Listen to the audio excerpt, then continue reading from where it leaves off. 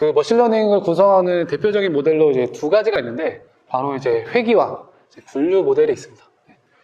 그래서 이거에 대해서 이제 다룰 필요가 있을 것 같아서 이거에 대해서 이제 설명을 드리고 그 다음 시간에 이제 인공신경망에 대해서 설명을 드리도록 하겠습니다.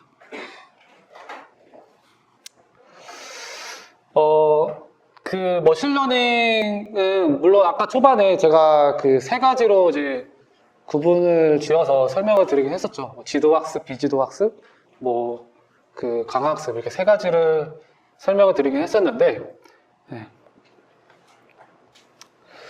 뭐 그와 별개로 이제 머신러닝은 또 이제 그 대표적인 모델로 이제 회귀 모델과 이제 분류 모델, 그러니까 두 가지로도 구분을 지을 수 있다고 해요. 예. 일단은 회귀는 이제 말 그대로 이제 리그레션이라는 단어를 쓰고 있고, 그에 대한 정의는 이제 오른쪽에 나와 있듯이 이제 연속된 입력 변수들의 어떤 상관관계를 예측하고자 할 때, 예. 그런 회귀 분석 모델이 이제 쓰인다고 볼 수가 있겠습니다. 네, 다음으로 이제 분류 모델 같은 경우는 이제 클래시피케이션, 로 부르는데, 입력 변수를 이제 카테고리로 이제 구분할 수 있는 이제 결정 경계를 예측하는 그런 모델이 바로 이제 분류 모델이 되겠습니다. 그래서 예시를 보면서 이제 이해하는 게 좀 더 효과적일 거라고 생각이 드는데, 일단 왼쪽과 같은 경우 지금 이런 파란색으로 표시된 부분이 이제 실제 데이터고요. 네. 데이터가 주어졌다고 했을 때 이때 X축과 Y축이 있죠. 네. X축이 이제 입력 데이터, 이제 Y축이 출력 데이터. 이렇게 일단 여러분들이 생각을 한다고 했을 때, 입력 데이터와 출력 데이터, 입력값과 출력 사이의 상관관계가 무엇인지를 이제 따지는 모델이 바로 이 회귀 분석, 회귀 모델이라고 보시면 되겠습니다. 그래서 결론적으로는 이 파란색 점들 분포 중에서 이 빨간색 점선이 무엇인지를 찾는 게 바로 이 회귀 모델의 주요한 목적이 되겠습니다. 다음으로 이제 클래시피케이션 같은 경우는 X축과 Y축이 입력과 출력이 아니라 똑같이 이제 입력 변수라고 가정하는 거예요. 이랬을 때 이 각각 이제 동그라미로 표현된 데이터도 있고 이렇게 십자가로 표현되는 데이터들 있죠. 이 그 출력값은 이 데이터를 표현된 모양이라고 쳤을 때, 제 왼쪽 아래는 이제 동그라미 모양을 따르고 있죠. 오른쪽 위는 이제 십자가 모양을 따르고 있고요. 이랬을 때 이 동그라미 모양과 십자가 모양의 데이터 분포를 잘 가를 수 있는 경계가 뭔지를 찾는 게 바로 이 분류 모델의 목적이 되겠습니다. 그래서 여러분들이 이 두 가지 모델을 아마 머신러닝 공부하시면은 굉장히 많이 들으시는 단어일 거예요. 근데 이게 어떤 차이가 있는지를 여러분들이 명확하게 구분을 할 수가 있어야 되는데, 바로 제가 아까 전에 설명드린 그 방식대로 회귀 모델은 상관관계를 찾는 거고, 분류 모델은 결정 경계를 찾는 거고, 물론 똑같이 빨간색 선을 찾는 거긴 하지만은 그거에 대한 용도가 다르죠. 예측과 분류가. 그렇기 때문에 그거에 대한 차이점을 여러분들이 명확하게 구분을 지어서 생각을 해보시면 좋겠습니다. 다음으로 이제 회귀부터 이제 그 설명을 시작하도록 하겠는데요. 회귀라는 단어는 아마 여러분들이 어떻게 이제 이해를 하시냐라고 했을 때, 뭐 어딘가로 돌아가는 그 의미로 여러분들이 이제 회귀라는 단어를 이제 생각을 해보셨을 거라고 생각을 해보셨을 거예요. 이랬을 때, 이 엄밀히 말하면 회귀 모델이란 것이 어떻게 우리가 설명할 수가 있냐? 바로 X라는 거는 이제 입력값, 즉 이제 독립 변수라고 일단은 정의를 하고, Y 값을 종속 변수, 출력값이라고 정의를 한다고 했을 때, 이거를 이제 어떤 관계식으로 쓴다고 하면은 이렇게 표현할 수가 있을 것 같아요. Y 등호 이제 fx. F란 거는 X와 Y의 어떤 관계를 나타내는 식을 담고 있습니다. 이랬을 때 만약에 주어진 데이터가 X값, Y값 두 가지 종류만 있다고 했을 때 과연 이 x를 통해서 y 값이 나타내는 관계가 뭔지를 찾고자 할 때 이 찾는 과정 자체를 우리는 회귀 모델이라고 볼 수가 있습니다. 그래서 사실은 이상적으로 봤을 때 입력값이 있고 출력값이 있으면은 어떤 이 입력값을 통해서 출력값을 만들어내는 관계식을 생각을 할 수가 있어요. 그런데 보통의 경우는 우리가 데이터를 준비한다고 했을 때 입력값과 출력값에 대한 어떤 데이터에 대해서 우리가 수집을 한다고 했을 때 이 데이터 안에 기본적으로 오차가 내재될 수밖에 없습니다. 그러니까 여기서 말하는 오차의 의미는 실제로는 그 값이 이상적인 값이 있는데 우리가 그 이상적인 값을 바로 제대로 측정하지 못하고 그것에 대한 어떤 미세하지만 어떤 변화된 양을 첨가된 상태로 우리가 데이터를 수집을 할 수밖에 없습니다. 그렇기 때문에 이 관계식을 찾는 것이 굉장히 어려울 수밖에 없게 되겠는데요. 그래서 이 회귀 분석에 대한 어떤 핵심적인 철학은 바로 x와 y를 관계식을 찾을 때 이 둘 사이에 내재되어 있는 이 에러 값을 최소로 만들 수 있는 관계식이 뭔지를 찾는 게 바로 이 회귀 분석 모델의 핵심적인 철학이라고 볼 수가 있겠습니다. 그래서 결론부터 말씀드리자면 회귀 모델 같은 경우는 바로 이 좋은 가설을 찾는 것이라고 볼 수가 있겠는데요. 여기서 말하는 가설이 뭐냐? 주어진 데이터 x와 y가 있다고 했을 때 바로 이 x에 대한 y 값이 x에 대한 y의 관계식이 뭔지를 바로 알 수는 없잖아요. 여러 가지 형태의 어떤 관계식들을 생각을 해낼 수밖에 없겠죠. 다양한 형태로 x를 입력으로 가지고 y를 출력으로 가진 그런 관계식을 여러 개로 우리가 생각을 할 수가 있는데 그 여러 개를 생각하는 그거 자체를 우리는 가설이라고 부르게 됩니다. 그래서 여기 예제 그림을 보시면은 지금 조그맣게 표시가 되어 있지만은 파란색 점들 분포가 있는데 이 점들의 분포를 만약에 이 x축이 입력값, y축이 만약 출력값이라고 합시다. 라고 했을 때 이 점들의 분포를 잘 설명할 수 있는 관계식이 뭔지를 우리가 찾아야만 하는데 이 관계식에 해당되는 어떤 선을 이렇게 초록색으로도 그릴 수도 있고 빨간색으로도 그릴 수가 있습니다. 또는 어떤 사람들은 이 점들을 통과하는 다양한 어떤 기울기를 가진 관계식을 생각할 수가 있겠죠. 그 중에서 이런 관계식 자체를 우리는 가설이라고 부르게 되고요. 그렇다면은 이 다양하게 존재할 수 있는 그런 가설들 중에서 관계식들 중에서 어떤 가설이 좋은지를 우리가 알아낼 수 있어야겠죠. 그 알아내는 방법은 바로 이 각각 데이터와 이 관계식 사이의 오차를 계산해서 오차가 제일 작은 가설이 무엇인지를 찾는 것으로 우리는 그 좋은 가설을 찾을 수가 있겠습니다. 그래서 정리하자면은 회귀 모델이라는 거는 데이터를 설명할 수 있는, 여기서 말하는 데이터를 설명할 수 있다는 의미는 오차가 제일 작은 관계식이 무엇인지를 찾는 거다.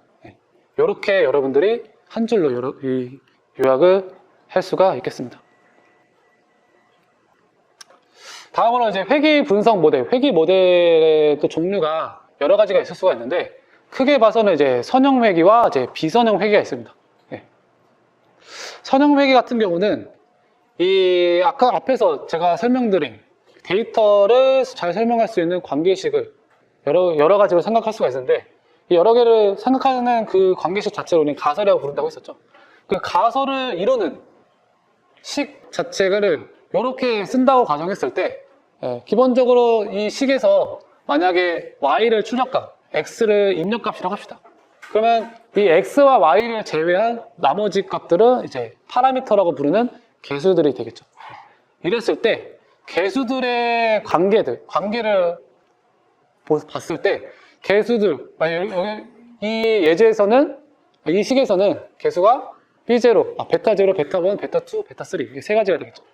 이 세 가지 서로 다른 그 개수들의 관계가 선형 조합으로 되어 있을 때, 선형 결합으로 되어 있을 때를 우리는 선형 회귀 모델이라고 부르고 있습니다.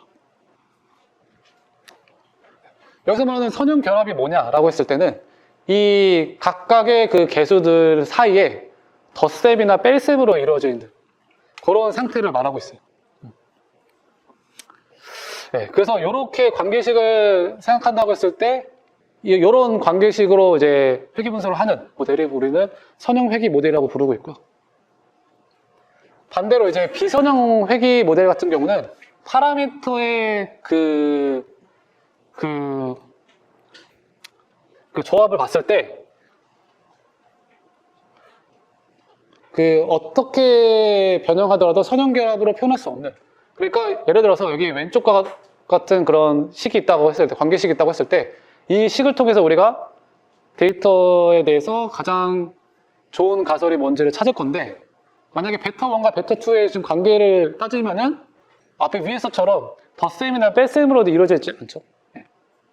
분모의 형태로 이루어졌잖아요. 맞죠? 나누기의 형태로 이루어져 있는데, 이런 형태를 이제 선형 결합으로 이루어지지 않는 건데, 이런 형태로 이제 관계식을 쓴다고 했을 때는 이제 비선형 회귀 모델이라고 볼 수가 있겠습니다. 그래서 사실 대부분의 경우는 이런 비선형 회귀 모델, 우리가 자연현상에서 어떤 문제를 회귀 모델로 푼다고 했을 때 복잡한 문제에 대해서 이제 풀기 쉬운 모델은 위에 어떤 그 선형 회귀 모델보다는 이제 비선형 회귀 모델로 적용해서 푸는 경우가 더 많습니다. 실제로도 아마 뒤에서 다룰 텐데 인공신경망 자체도 어떻게 보면은 선형 회귀 모델보다는 선형 회귀 모델이 아닌 이제 비선형 회귀 모델에 이제 속한다고 볼 수가 있는데, 일단 이번 시간에는 이제 처음 다루다 보니까 이제 선형 회귀 모델부터 이제 집중해서 이제 다루도록 하겠습니다. 어쨌든 이제 선형 회귀 모델과 비선형 회귀 모델이 다음과 같은 차이가 있다라는 것을 알아두실 수가 있겠고요. 다음으로는 이제 회귀 모델의 오차를 이제 여러분들이 직접적으로 해야만 하겠는데요. 가장 이제 많이 쓰는 이제 오차 계산식으로서 바로 이제 평균 제곱 오차라고 부르고 있습니다. 평균 제곱 오차라는 게 있는데, 영어로는 이제 mean square error, MSE라고 쓸 수가 있겠고요. 관계식은 이렇게 쓰여집니다. 그러니까 어떤 예측값을 y hat이라고 표현을 하고 실제 값을 y라고 했을 때 그 둘 사이의 차이의 제곱을 해서 평균을 내는 그 계산식이 바로 여기 나와 있는 평균 제곱 오차가 되겠습니다. 그래서 주로 이제 선형 회귀 모델에서 가장 많이 쓰는 오차식 중에 하나라고 볼 수가 있겠고요. 네, 여기 제가 적어놨듯이 가장 흔히 사용하는 오차식이기 때문에 이 MSE는 여러분들이 꼭 기억을 해주시면 좋을 것 같습니다. 네, 아마 뒤에 제가 또 설명드린 자료에서 그 오차라는 용어를 다음 같은 용어로 또 바꿔서 설명을 할 거예요. 그래서 그것을 먼저 한번 찍고 설명을 하는 게 좋을 것 같아서 제가 노란색 박스로 하이라이트를 했는데, 오차라는 것을 뒤에서는 이제 비용함수 혹은 손실함수라는 용어를 쓸 거예요. 그래서 만약에 뒤에 이런 용어가 있다 하더라도 오차와 같은 의미다라고 여러분들이 생각을 하시면 되겠습니다. 실제로도 여러분들이 머신러닝에 대해서 공부를 하시면은 비용함수, 손실함수라는 용어를 굉장히 많이 보실 거예요.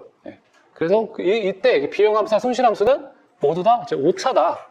그렇게 여러분들이 이해를 하시면 되겠습니다.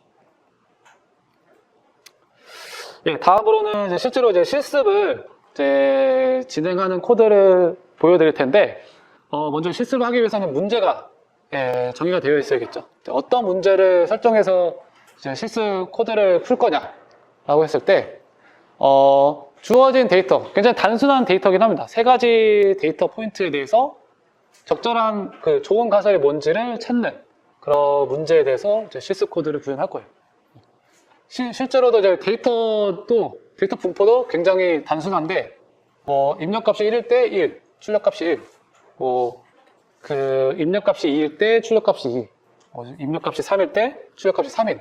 이런 단순한 데이터 분포가 주어졌을 때, 이때 과연 어떤 관계식, 어떤 가설이 좋은지를,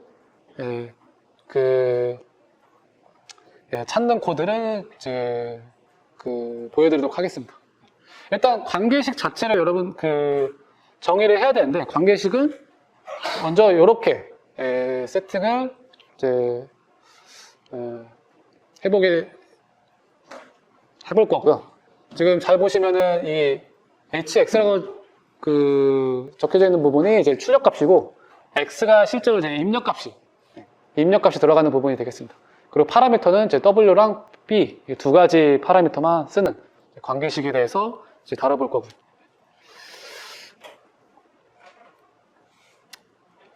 그래서 데이터가 이렇게 세 가지 점이 주어진다고 했을 때 가설을 일단 세 가지를 준비할 거예요. 세 가지. 가설을 뭐 여러 가지를 여러분들이 뭐 마음대로 생각할 수가 있긴 하겠지만은 뭐 그걸 다 다루기에는 너무 많으니까 일단 세 가지를 제가 임의로 픽해서 이제 준비를 할 건데, 첫 번째는 노란색 노란색 가설 관계식을 생각을 해볼 거고요. 그 다음으로는 이제 파란색 관계식을 또 생각을 해볼 거예요. 마지막으로는 세 번째로는 이제 빨간색 선으로 되어 있는 관계식을 생각을 해볼 겁니다. 이랬을 때 이 각각의 가설에 들어가는 이 관계식 안에 들어가는 파라미터를 이렇게 이제 W를 첫 번째 가설은 뭐 이렇게, 두 번째 가설은 이렇게, 세 번째 가설은 이렇게. 이게 각각의 파라미터들을 이제 이 지금 그림에 나와 있는 직선의 관계식에 맞춰서 이제 값을 이렇게 이제 세팅을 해볼 겁니다. 그런 다음에 이 주어진 데이터에 대해서 해당되는 가설을 대입했을 때 그 결과값이 나올 거고, 그 결과값과 우리가 실제 정답을 알고 있죠? 준비가 되어 있으니까. 그 실제 정답과의 차이를 계산해서, 오차를 계산해서 그거에 대해서 비교를 할 거예요. 그랬을 때 오차 값을 앞에서 제가 가장 많이 쓰는 그 머신러닝 오차식이 바로 평균 제곱 오차라고 했었잖아요. 그거를 썼을 때 결과값을 계산해보는 코드가 뭐 이렇게 이제 우리가 구현을 할 수가 있겠고요. 그래서 그 결과값이 대략적으로 1.54. 첫 번째 가설, W를 0.6, 그리고 B를 2라는 값을 넣었을 때 데이터에 대해서 오차를 계산하면은 1.54라는 값을 이제 코드상으로 이렇게 결과 나오는 것을 확인할 수가 있습니다. 두 번째 가설도 똑같이 이제 W랑 B라는 파라미터를 해당되는 값을 입력을 시켜서 오차를 계산하는 코드를 실행해보면은 오차 값이 0이 되는 것을 확인하실 수가 있어요. 마지막으로 세 번째 가설에 대해서도 똑같이 평균 제곱 오차를 계산해서 결과를 내면은 2.41이라는 값을 얻어내는 것을 확인하실 수가 있습니다. 각각의 이제 코드는 이제 오차를 계산하는 코드가 되겠고요. 그래서 이를 통해서 여러분들이 어떤 영감을 얻을 수가 있냐, 그게 중요할 텐데, 지금 세 가지 가설에 대한 코스트 값, 비용 값, 그러니까 오차 값이 다 다르죠. 첫 번째는 1.54, 두 번째는 0, 그리고 세 번째는 2.41. 그러면은 이 노란색 관계식, 파란색 관계식, 빨간색 관계식 각각에 대해서 다양하게 관계식을 우리가 생각할 수가 있는데, 이 중에서 좋은 가설이 뭐냐를 우리가 선택을 하라고 하면은 당연히 오차가 제일 작은 관계식을 생각을 해볼 수밖에 없겠죠. 그럼 오차가 제일 작은 식은 바로 이 코드 결과를 통해서 나오는 그 파란색의 관계식이 제일 작다라는 것을 우리가 경험적으로 알 수가 있습니다. 네. 그래서 이게 기본적인 어떤 회귀 모델의 철학이라고 보시면 될 것 같아요. 그러니까 모든 가설에 대해서 오차를 계산한 다음에 오차가 제일 작은 가설이 뭔지를 찾는 게 바로 이 회귀 모델의 주요한 핵심적인 철학이다. 이렇게 이해를 하시면 되겠습니다. 근데 여러분들이 제가 이게 실습을 준비를 하면서 세 가지 가설에 대해서 일단은 임의로 선택을 해서 그 결과를 보여드리고 있는데, 가설이란 게 어떻게 보면 말 그대로 가설이기 때문에 선을 뭐 이렇게 세 가지만 있는 게 아니라 여러 개로 또 많이 있을 수가 있죠. 그거를 여러분들이 무한히 모든 가설들을 다 생각을 해서 오차를 계산하는 거는 굉장히 비효율적으로 동작할 수밖에 없잖아요. 그래서 나오는 방법이 어떤 함수의 그 오차값이 제일 작은 가설을 찾기 위해서 활용하는 방법으로 바로 이제 경사 하강 알고리즘이 있습니다. 이게 왜 나왔냐면은 앞에서 제가 설명드렸듯이 모든 가설에 대해서 오차를 무한히 해보기 굉장히 어렵기 때문에 그걸 좀 더 효율적으로 오차가 제일 작은 가설의 문제를 찾기 위해서 나오는 알고리즘이라고 보시면 될 것 같고요. 이랬을 때 경사 하강 알고리즘은 그 오차 그 함수에서 특정한 파라미터를 넣었을 때 오차값을 계산하고요. 그 오차값을 기준으로 기울기를 계산했을 때 기울기가 내려가는 방향으로 파라미터를 조정시키면서 오차가 최소가 되는 그런 관계식이 무언지를 찾는 그런 알고리즘이라고 보시면 되겠습니다.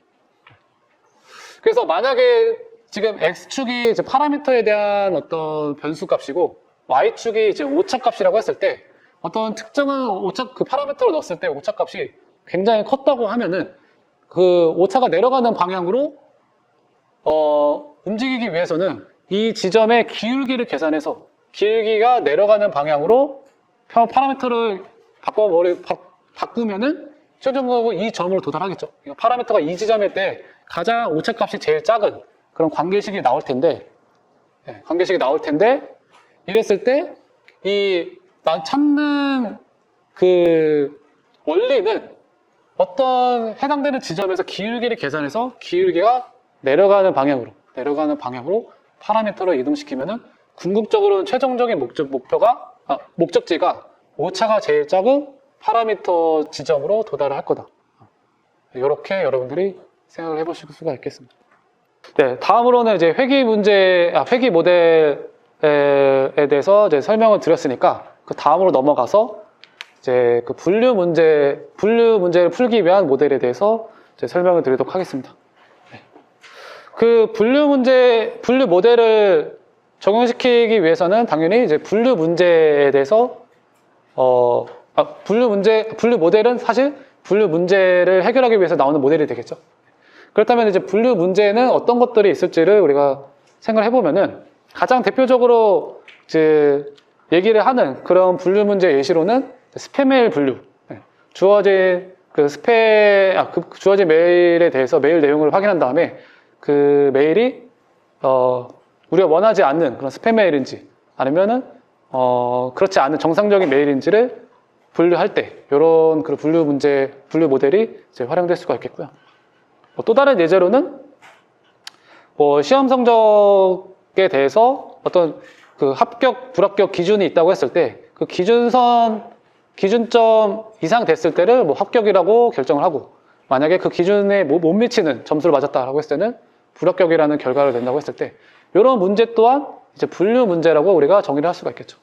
그래서 이런 문제를 해결하기 위해서 나오는 모델이 바로 이제 분류 모델이다라고 보시면 되겠습니다. 그래서 지금 예시가 굉장히 단순할 수가 있는데 지금 결과값이 두 가지밖에 없죠. 정상이냐 아니냐, 합격이냐 불합격이냐, 이렇게 두 가지 결과 중에 하나를 고르는 그런 문제에 대해서만 보여드리고 있는데 사실은 분류 문제란 거는 두 가지 중에 하나만 선택하는 그런 문제도 있을 수도 있지만은 여러 개의 클래스 중에서 하나를 선택하는 그런 문제도 있을 수가 있겠죠. 근데 어쨌든 그건 이제 확장하면 되는 거니까 일단은 쉬운 문제부터 이제 이번 시간에 다룬다고 보시면 되겠습니다. 그래서 간단한 어떤 분류 문제를 생각해 보면은 출력값이 딱 두 가지 중에 하나를 결정을 하는 거예요. 예를 들어서 숫자로 만약에 표현한다고 했을 때는 0 또는 1이 되겠죠. 이랬을 때 만약에 여러분들이 우리가 앞에서 배웠던 그런 선형 회귀 모델을 해당되는 그런 분류 문제에 적용한다고 했을 때는 어떻게 우리가 생각을 해볼 수가 있냐? 만약에 이런 선형 회귀 모델에 쓰는 그런 관계식이 있다고 했을 때 가설이 이렇게 주어졌다고 해요. 이랬을 때 이거에 대한 결과값이 사실은 출력값이 0 또는 1 두 가지 숫자 중에 하나만 이제 선택을 해야 되는데, 이 여러분들이 앞에서 보여줬던 그런 선형 회귀 모델에 썼던 그 관계식을 통해 나오는 결과값이 어떤 연속적인 어떤 결과값 숫자들의 형태로 나오잖아요. 맞죠? 결과값 자체가. 네, 딱 0 또는 1 두 가지 숫자 중에 하나로 나는 두 숫자 중에 하나가 선택되는 것이 아니라 뭐 0.1이 될 수도 있고 뭐 10이 될 수도 있고 굉장히 다양한 숫자들이 출력이 될 텐데 근데 궁극적으로 이제 분류 문제에서는 결과값이 0 또는 1 두 가지 숫자 중에 하나에 대해서만 이제 골라야만 하겠죠. 그래서 만약에 뭐 예를 들어서 만약에 가설이 0.5x다. 입력값에 0.5라는 개수를 가진 그런 관계식에 대해서 분류 문제를 적용한다. 라고 했을 때는 x값이 사실은 뭐 범위가 정해져 있지 않은 상태에서는 엄청 클 수도 있고 엄청 작을 수도 있죠. 만약에 100을 넣는다고 했을 때는 그 값이 이 관계식의 결과값이 50이 되잖아요. 그러니까 결과값이 0 또는 1 이 두 가지 숫자에 대해서 우리가 골라야 되는데 50이라는 굉장히 터무니없이 큰 숫자가 나오다 보니까 결국에는 선형회귀 모델로 이런 분류 문제를 적용하기에 굉장히 까다로운 그 어떻게 보면은 적용하기 힘든 그런 상태로 이제 적용을 할 수밖에 없습니다. 그래서 결국에는 이를 분류 문제를 적용시키기 위해서는 관계식 자체를 우리가 아까 앞에서 보여줬던 선형회귀 모델을 썼던 관계식이 아닌 다른 형태로 써야만 하는데요. 이 다른 형태의 그 모델의 이름이 이제 논리회귀라는 이름을 쓰고 있습니다. 그래서 이 논리회귀 모델의 관계식을 어떻게 써야 되냐? 바로 요 식을 써서 1 플러스 익스포넨셜 마이너스 wxt, x분의 t 요 관계식을 써서 앞에서 보여드렸던 그런 선형회귀 관계식에서 발생할 수 있는 그런 문제점을 이제 예방을 할 수가 있다라고 볼 수가 있습니다. 그래서 이 관계식의 어떤 함수의 개형을 보시면은 아래쪽처럼 그릴 수가 있는데 지금 x축이 뭐 엄청 작든 엄청 크든 그 결값이 0에서 1 사이의 값을 갖죠. 엄청 큰 입력값이 주어진다 하더라도 엄청 작은 입력값이 주어진다 하더라도 그 결과값이 0에서 1 사이 그 안에 반경에서만 결과가 만들어지기 때문에 앞에서 보여줬던 선형회귀 모델의 결과값보다는 더 어떤 제한된 어떤 결과값을 만들어지니까 분류 문제를 푸는 데 있어서 더 적합할 수가 있겠습니다. 그래서 결론적으로 말씀드리자면 분류 모델이란 거는 이런 두 가지 입력 데이터가 주어졌을 때 이 그 데이터 분포가 지금 동그라미 데이터와 X 데이터 이렇게 주어지고 이 동그라미 데이터와 X라는 결과를 가진 데이터에 대해서 요런 어떤 경계선을 가지는 게 이 동그라미와 X를 잘 가르는 기준인지 결정하기 할 때 이 분류 모델이 적용된다라고 보시면 되겠습니다. 그래서 궁극적으로는 이 식을 통해서, 이 분류 모델을 통해서 나오는 어떤 의미는 이게 여러분들이 직관적으로 이해가 안 될 수도 있는데 이 분류 모델이 나오는 그 궁극적인 그 의미는 데이터 분포가 이렇게 어떤 그 공간에 분포되어 있다고 했을 때 각각의 데이터는 결값이 있고요. 동그라미라든지 세모, X라든지 그 카테고리를 가지고 있을 때 이 서로 다른 카테고리를 잘 분류하는 경계선을 찾는 역할을 하는 게 바로 이 분류 모델이다. 라는 것을 여러분들이 그 의미를 파악하시면 좋을 것 같습니다. 식으로는 이 함수 1 플러스 익스포넨셜 마이너스 wx분의 1 요 식을 쓰지만은 이 식을 써서 궁극적으로 얻고자 하는 목적은 바로 이 주어진 데이터 분포에서 이 경계면을 찾는 거다. 경계면을 찾는 역할을 한다라고 여러분들이 그 연관지어서 생각을 하시면 좋겠습니다. 다음으로는 이제 분류 모델 공부를 했으니까 분류 모델을 어떻게 구현하는지 대해서 이제 살펴볼 건데, 먼저 그 예제 문제를 정의를 해야겠죠. 네. 네, 그 어떤 그 예제를 가져왔냐, 그 종양에 대한 어떤 데이터에 대해서 우리가 그 다음과 같이 생각해 볼 수가 있는데, 종양의 크기에 따라서 실제로도 그 의학적으로 봤을 때 종양의 크기에 따라서 이게 악성인지 혹은 충분히 치료가 가능한 수준인지를 구분한다고 합니다. 네. 종양이 너무 커지면 이제 수술까지 해야 되는 그런 굉장히 회복이 어려워지는 그런 상태가 되는데, 종양의 크기가 작으면은 네, 굳이 수술까지 안 하더라도 뭐 충분히 회복하기 쉬운 그런 상태라고 알려져 있는데, 이랬을 때 만약에 종양의 크기에 따라서 그 진단되는 그 결과가 뭐 음성인지 양성인지를 이제 구분하는 그런 분류 문제에 대해서 우리가 고려를 한다고 보시면 되겠는데요. 일단 종양의 크기를 일단은 그 구체적인 값이 필요하니까 1부터 6mm까지 차례대로 이제 설정을 했고요. 만약에 3mm까지는 종양의 크기가 작다라고 판단해서 음성이라는 결과를 내고요. 만약에 4mm부터 6mm까지는 종양의 크기가 크다고 해서 이제 양성이라는 결과를 내는 걸로 이제 문제를 정의를 해봤습니다. 근데 이게 실제로 이게 종양이 이 길이가 어떤 의학적인 그 기준이 아니고 임의로 정하는 기준입니다. 단지 이게 분류 문제를 정의하기 위해서 이렇게 이제 값을 설정을 했고요. 이랬을 때 각각의 이제 입력 데이터와 출력 데이터에 대해서 이제 코드상으로 이제 준비하는 다음과 같이 이제 준비를 할 수가 있겠는데요. 이제 X 데이터는 이제 1, 2, 3, 4, 5, 6 숫자 6개를 이제 이렇게 입력을 시킬 수가 있겠고요. 출력 데이터는 지금 뭐 글자로는 음성, 양성이라고 제가 표에 적어 놓긴 했지만은 음성을 0 그리고 양성을 1이라는 숫자를 이제 컴퓨터가 이해하기 쉬운 그런 형태로 바꿔서 이제 입력을 시켰습니다. 그런 다음에 뭐 W랑 B라는 어떤 관계식에 들어가는 그런 파라미터를 다음과 같이 세팅을 하고요.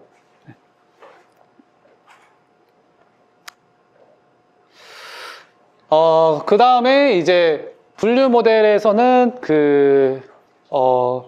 주어지는 관계식이 이렇게 1 플러스 익스포넨셜 마이너스 WX분의 1 시그모이드 함수에 대한 그 관계식을 이제 활용한다고 했었죠. 그래서 그거에 대한 어떤 코드를 이렇게 구현할 수가 있겠고요. 그리고 이거는 앞에 그 회귀 실습 예제와 다르게 여기서는 그 경사 하강 알고리즘을 써서 과연 최적의 W 값이 뭔지, 최적의 파라미터가 뭔지를 찾는 것까지 할 겁니다. 그러려면은 이제 경사 하강 알고리즘을 돌릴 텐데, 근데 경사 하강 알고리즘에서 돌리기 위해서는 오차식을 정의를 해서 입력을 시켜야 돼요. 근데 오차식은 이제 그 분류 모델에서 분류 문제를 풀기 위해서 이제 사용되는 오차식은 뭐 요렇게 입력을 시켜야만 하겠고요. 지금 왼쪽이 이제 분류 모델에 필요한 그런 오차식을 입력하는 부분이 되어 있고요. 그리고 경사강 알고리즘을 이렇게 세팅을 해서 이제 돌릴 수가 있습니다. 네, 그래서 이제 학습하는 코드가 지금 여기 나오는데, 이 코드를 여러분들이 실행하시면은 결과가 지금 반복 횟수, 에포크에 따라서 지금 비용 값이 어떻게 달라지는지를 이제 확인할 수 있는 그런 코드가 되겠습니다. 그래서 처음에 첫 줄에는 지금 코스트 값, 비용 값, 오차 값이 굉장히 컸는데 점점 이제 횟수가 반복하면 반복할수록, 그러니까 원래 초기에 입력하는 파라미터가 오차가 이미 큰 상태였던 거죠. 근데 오차가 제일 작아지는 방향으로 파라미터를 이동을 시키게 되는데, 시킬 때마다 이제 오차 값이 계속 작아지는 것을 이제 이 코드의 결과로 이제 확인하실 수가 있습니다. 네, 마지막으로는 이제 학습에서 최종적으로 이제 오차가 제일 작은 파라미터를 사용한 그런 모델에 대해서 준비된 그 데이터를 입력했을 때 결과가 어떻게 되는지를 이제 확인하는 코드가 여기 나와 있는데, 지금 뭐 예측값은 그 결과만 일단 요약해서 보자면은 예측값은 여기 지금 왼쪽에 제가 그 표로 표현된 그 순서대로 지금 나열되어 있죠. 위쪽에는 000 그리고 아래쪽은 111 이렇게 정답이 이렇게 결과가 나오는데 실제로 예측값도 확인해 보면은 위에가 0이고 아래쪽이 1인 그런 결과를 확인하실 수가 있습니다.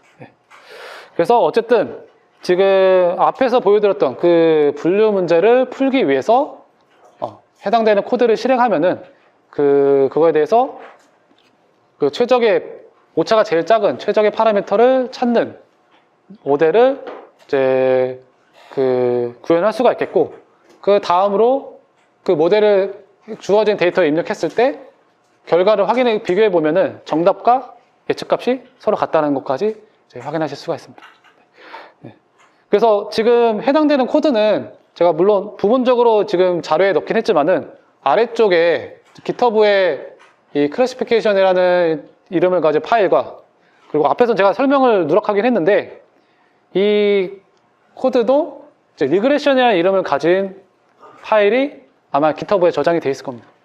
혹은 여러분들이 그 인공지능 홈페이지, 인공지능 강습회에 관련된 홈페이지에 들어가시면은 그 파일에 링크가 있으니까 그걸 접속해서 이제 확인하시면 되겠습니다. 네. 일단은 뭐 세 번째 챕터에 대해서는 뭐 여기까지 설명을 드리도록 하겠고요. 뭐 실습은 여러분들이 직접 그 링크를 접속해서 확인하실 수 있으니까 그걸 한번 따라해 보시면 좋을 것 같고요. 혹시 뭐 문제가 생기거나 아니면은 뭐 아까 설명한 내용에 대해서 질문이 있으시면은 쉬는 시간을 통해서 질문을 주시면 좋을 것 같습니다.